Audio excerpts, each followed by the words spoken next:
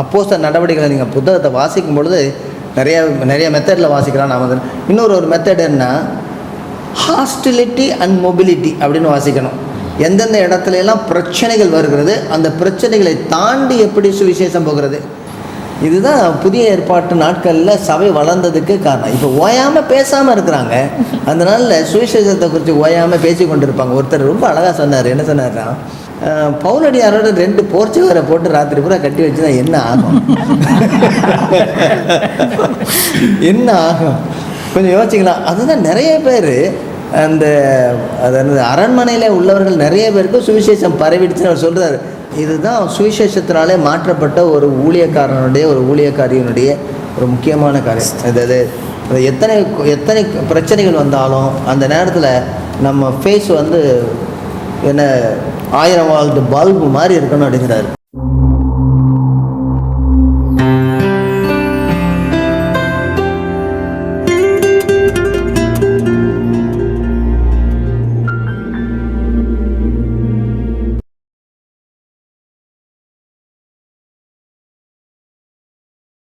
Salvation TV நேயர்கள் அனைவரையும் கர்த்தராகிய இயேசு கிறிஸ்துவின் நாமத்திலே வாழ்த்து வரவேற்கிறோம். இது ஏக்தா நெட்வொர்க் வழங்கும் திருச்சபை அன்றும் என்றும். இந்த நிகழ்ச்சியிலே நாம் ஆதி அப்போஸ்தல இந்த திருச்சபையிலே எப்படி அப்போஸ்தலர்கள் சுவிசேஷத்தை அறிவித்தார்கள், அதோடு மட்டுமல்ல சுவிசேஷத்தை அவர்கள் எழுதி அதை போதித்து இருக்கிறார்கள். இதுதான் சுவிசேஷத்தினுடைய அடிப்படையிலே சபைகள் ஊன்ற கட்டப்பட்டது, உறுதியாக கட்டப்பட்டதுடைய காரணம். அதன் காரணத்தினாலே அநேக சபைகள் சீக்கிரமாக வளர்ந்தது என்று பார்க்கிறோம். ஏனென்றால் ஆதி அப்போஸ்தல சபைகளை நாம் பார்க்கும் பொழுது கிட்டத்தட்ட ஒரு 300 வருஷத்துக்குள்ளாக அவர்கள் ரோம சாம்ராஜ்யத்தை அவர்கள் மாற்றி போட்ட ஒரு பெரிய நிகழ்ச்சியை நாம் பார்க்கிறோம்.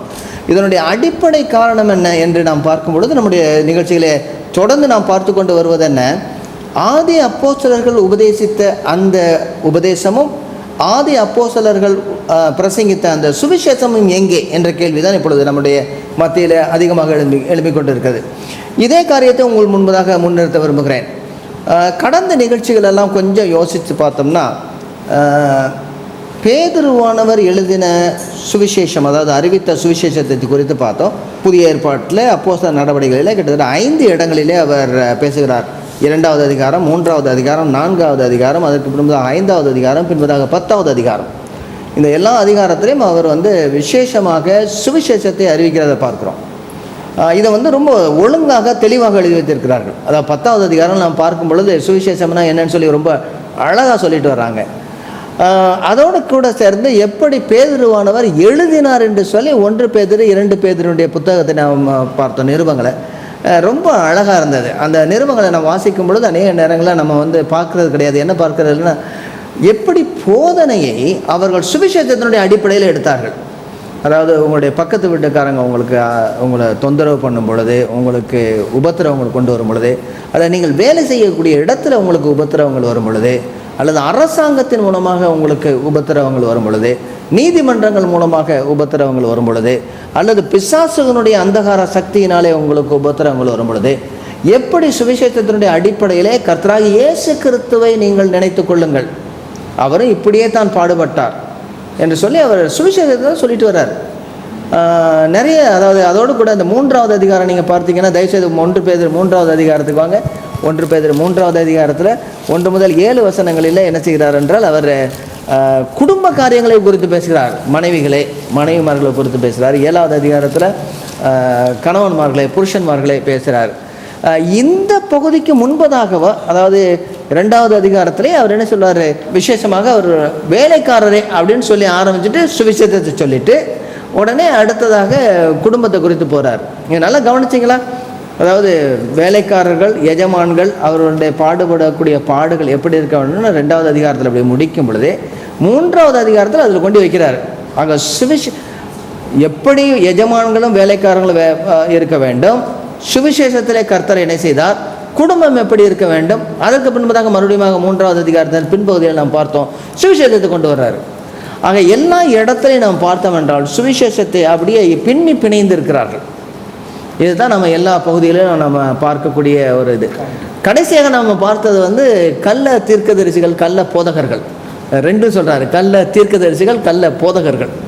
இப்போ இதுதான் அதிகமாக பரவி கொண்டிருக்கிற ஒரு கலாச்சாரமாக மாறிவிட்டு வருது. கள்ள தீர்க்கதரிசிகள், அதை யாரை எடுத்தாலும் தீர்க்கதரிசிகள், அப்போஸ்தலர்கள், நாங்கள் வந்து போதகர்கள் அப்படின்னு சொல்லியிருக்கிறாங்க. ஆனால் அவங்க எப்படி நடக்கிறார்கள், என்ன பேசுகிறார்கள், இழிவான ஆதாயத்திற்காக என்று சொல்லி அதாவது நம்ம கடந்த நிகழ்ச்சியில் ஒரு இதில் பேசும்போது சொன்னேன், எதை எடுத்தாலும் கடைசியில் என்ன வரும், 0. கடைசியில் ஸ்கொயர் 1க்கு வரும்போது என்ன இருக்குன்னா, எவ்வளவு பணம் பார்க்கலாம், இதில் எவ்வளவு பணம் பார்க்கலாம், எதை செய்தாலும் கடைசியில் லாபம் நஷ்டம் என்ன. அதாவது ஆவிக்குரிய லாபம் நஷ்டம்லாம் கிடையாது. பார்க்குறதுனா துட்டில் எவ்வளவு வரல, மணி எவ்வளவு வந்திருக்கு, மெனி எவ்வளவு போயிருக்குது. இதுதான் அடிப்படையானது. இதை நான் பார்க்கும்போது சுவிசேஷத்தினுடைய நிறைவேறுதலா? ஆமாம், உண்மையான நிறைவேறுது. ஏன்னா கடைசி காலத்தில் இந்த மாதிரியாக வருவார்கள் என்று சொல்லி ரொம்ப அழகாக வான் பண்ணி எழுதுகிறார், ரொம்ப தெளிவாக வான் பண்ணி எழுதுகிறார். இதை தான் நம்ம கடைசியாக நாம் நம்முடைய இந்த சுவிசேஷ புத்தகங்களை வாசிக்கும் பொழுது நாம் பார்த்தோம். இன்று நம்மோடு கூட டேவிட் தவமணி அவர்கள் வந்திருக்கிறார்கள். கர்த்தராகிய இயேசு கிறிஸ்து நாமத்தில் நம்முடைய குழுவினரை வரவேற்கிறோம். டீச்சராக இருந்து 2 பேருமே கணவன் மனைவியாக ஊழியக்காரர்களாக வட இந்தியாவில் இருந்தவர்கள், பீகார் மாநிலத்தில். அதை தொடர்ந்து அவர்கள் டீச்சராக இருந்து அநேக ஊழியங்களை சபையோடு கூட செய்தவர்கள். இப்பொழுது ஓய்வு பெற்று இருக்கிறார்கள். ஆனால் நிறைய வேலை கொடுப்போம் அவங்களுக்கு, ஓய்வு பெற்றிருக்கவங்களாம் விடக்கூடாது அப்படின்னு சொல்லிட்டு ஆண்டவருக்கு ஸ்தோத்திரம். இந்த நாளிலே நான் மறுபடியும் திரும்ப அப்போஸ்தலர் நடவடிக்கைகளுக்கு போக போகிறோம். அப்போஸ்தலர் நடவடிக்கைகள் 6வது அதிகாரம் 7வது அதிகாரம். அப்படி சொன்னோன்னா உடனே யார் பேர் உங்களுக்கு ஏன் வருது? ஸ்தேவான். என்னங்க? ஸ்தேவான். ஸ்தேவான் ஸ்தேவானுங்கிற வார்த்தைக்கு என்ன அர்த்தம் தெரியுங்களா? என்ன அர்த்தம்? மகுடம் அப்படின்னு அர்த்தம். மகுடம், ஸ்தேவான். இந்த ஸ்தேவான் யார்? இந்த ஸ்தேவான் யார்? அங்கே விட்டு பக்கத்து வீட்டுக்காரன்னு சொல்லிடாதீங்க. என்னது? சொல்லுங்க. பந்தி விசாரிக்கிறவர். அது எங்கே வருது நமக்கு? 6வது அதிகாரத்தில் வருது. 6வது அதிகாரத்தில் என்ன? அது எப்படி அவர் இடையில வர்றாரு? இது வரைக்கும் ஸ்தேவான் இது வரைக்கும் காணும், 6 அதிகாரம் வரைக்கும் காணும். 6வது அதிகாரத்தில் வருகிறார். எப்படி வருகிறார்? யாராவது ஒரு பின்னணியத்தை சொல்லுவீங்களா? விசாரிப்பில் பிரச்சனை வந்துருச்சு. சபையார் விசாரிப்பில் பிரச்சனை வந்தது. அந்த தீர்க்கிறதுக்கு என்னன்னா, நாங்கள் எங்க என்ன விசாரிப்பில் என்ன பிரச்சனை வந்தது? விதவைகள்.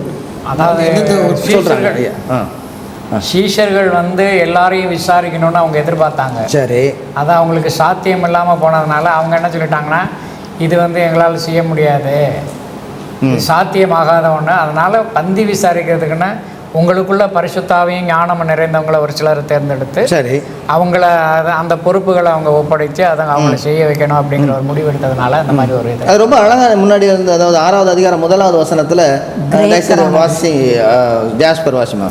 அந்நாட்களிலே சீஷர்கள் பெருகின போது கிரேக்கரானவர்கள் தங்கள் விதவைகள் அன்றாட விசாரணையில் திட்டமாய் விசாரிக்கப்படவில்லை என்று எபிரேயருக்கு விரோதமாய் முறுமுறுத்தார்கள். அப்போஸ்தலர் நடவடிக்கைகளை நீங்கள் புத்தகத்தை வாசிக்கும் பொழுது நிறைய மெத்தடில் வாசிக்கலாம். நாம் இன்னொரு மெத்தட் என்ன, ஹாஸ்டிலிட்டி அண்ட் மொபிலிட்டி அப்படின்னு வாசிக்கணும். எந்தெந்த இடத்துல எல்லாம் பிரச்சனைகள் வருகிறது, அந்த பிரச்சனைகளை தாண்டி எப்படி சுவிசேஷம் போகிறது. இது உள்ளே வரக்கூடிய பிரச்சனை, அதை வெளியே வரக்கூடிய பிரச்சனை சரி, உள்ளே வரக்கூடிய பிரச்சனை. இது உள்ளே வந்த பிரச்சனை என்னன்னா, அந்த நாட்களில் யார் இந்த விதவைகள்? இந்த கிரேக்கரானவர்கள்லாம் கிரேக்க மொழி பேசுகிறவர்களா, கிரேக்க இனத்தை சேர்ந்தவர்களா, யார் இவங்க? யூதர்கள். கிரேக்க மொழி பேசும் யூதர்கள். அங்கே எருசலேம்ல இல்லாமல் வெளியில் இருந்தவங்க, கிரேக்க மொழி பேசுகிற மற்ற நாடுகளில் வெளியூர்களில் இருந்தவங்க, வெளிநாடுகளில் இருந்தவங்க. இதெல்லாம் இவங்க சிதறி போனவர்கள் திரும்ப வர்றாங்க. பண்டிகை நாட்களுக்கு வந்துடுவாங்க இங்கே. இவங்கெல்லாம் யூதர்கள் தான். ஆனால் கிரேக்கரானவர்கள்னு போட்டிருக்க, அதுக்கு அர்த்தம் என்னென்ன?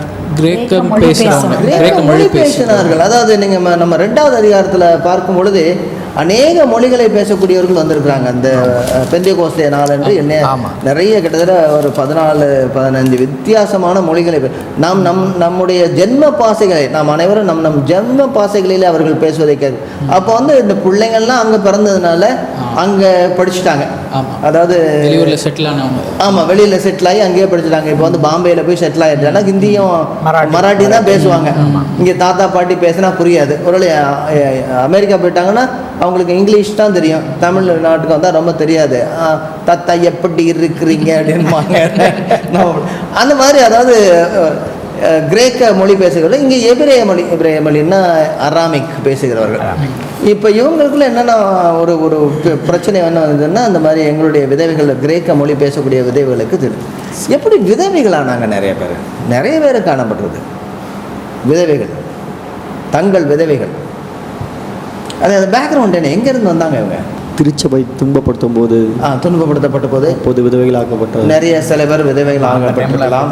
Very good. ஆமாம், அது மட்டும் இல்லை, வெளியிலேருந்து இந்த எருசலேமுக்கு நிறைய பேர் வந்து இங்கே இறந்து, அதாவது புனித பூமியிலே அடக்க பண்ணப்பட வேண்டும்னு வெளிநாடுகள்லேருந்து வந்துடுவாங்க. இங்கே வந்து இந்த என்ன செய்வாங்கன்னா, அந்த ஆலயத்திலே உட்கார்ந்துருப்பாங்க, தேவாலயத்திலே. இவங்களை வந்து இந்த தேவாலயம் காக்க வேண்டும்.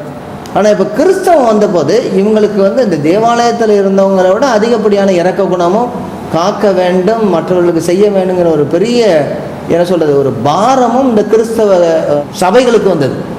ஆக அவங்க தேவாலயத்தை விட்டுட்டு நிறைய பேர் நினச்சாங்க கிறிஸ்தவ சபைகளில் வந்து இருக்க ஆரம்பித்தாங்க. இந்த ஸ்தேவானை வந்து இந்த மாதிரி வந்தவர்கள் ஒருத்தர். ஸ்தேவானுடைய பேர் வந்து எந்த மொழியில் இருக்குது? ஸ்தேவான் அப்படிங்கிற வார்த்தை எந்த மொழி? கிரேக்க மொழியா, அது வந்து எபிரேய மொழியா? உங்களை கூட ரொம்ப தொந்தரவு பண்ணலாம். அந்த உள்ள 6-7 பேர் இருக்காங்கல்ல, அந்த 7 பேருடைய பெயர்களும் கிரேக்க மொழியை பேசக்கூடியவர்கள். அதுலேயும் ஒரு ஆள் அந்த கடைசியில் அந்த நிக்கோலாயின் இருக்கார்ல, அவர் வந்து யூத மார்க்கத்தை அமைந்தவர். அவர் வந்து ப்ராஸ்டலைட்டுன்பாங்க, அதாவது யூதர் இல்லாமல் இருந்து யூத மார்க்கத்தை ஏற்றுக்கொண்டவர். 7 பேருமே கிரேக்க மொழி பேசக்கூடியவர்கள், கிரேக்க நாடுகளிலே இருந்தவர்கள். இப்போ இவங்க எந்த சபைக்கு போகிறாங்க, எந்த ஆலயத்துக்கு போகிறாங்கன்னு எழுதப்பட்டிருக்கு பாருங்கள். ஸ்தேவான் 8வது வசனம் 9வது வசனம். ஸ்தேவான் விசுவாசத்தினாலும் வல்லமையினாலும் நிறைந்தவனாய் ஜனங்களுக்குள்ளே பெரிய அற்புதங்களையும் அடையாளங்களையும் செய்தான். ஆமாம், என்னென்னா அதாவது பந்தி விசாரிப்புக்கு தான் அழைச்சாங்க, அவங்கள மேலே கையை வச்சாங்க, இவங்க அதுக்கு மேலே போகிறாங்க. இல்லை, ஆனால் அதாவது அந்த ஆண்டவர் தந்திருக்கிற கிருபை வந்து அதோடு முட்டுப்படல, அதற்கு மேலாக அவங்க செய்கிறாங்க. எங்கே போகிறாங்க அவங்க? லிபர்தீரன் எண்ணப்பட்டவர்களின் ஆலயத்து. லிபர்த்தினான் எண்ணப்பட்டவர்களின் ஆலயம், இந்த சினகாக் ஆஃப் லிபர்ட்டி அப்படின்னு சொல்கிறாங்க. சினகாக் ஆஃப் லிபர்ட்டி, லிபர்த்தினானுடைய ஆலயம். என்ன அது, என்ன ஏதாவது அதனுடைய பின்னணியம் தெரியுதா உங்களுக்கு? அதனுடைய பின்னணியம் லிபர்த்தினான், இந்த சினகாக் ஆஃப் லிபர்ட்டி. இது கிரேக்க மொழியில் இருக்குது. என்ன இதுலேருந்து என்ன தெரியுது?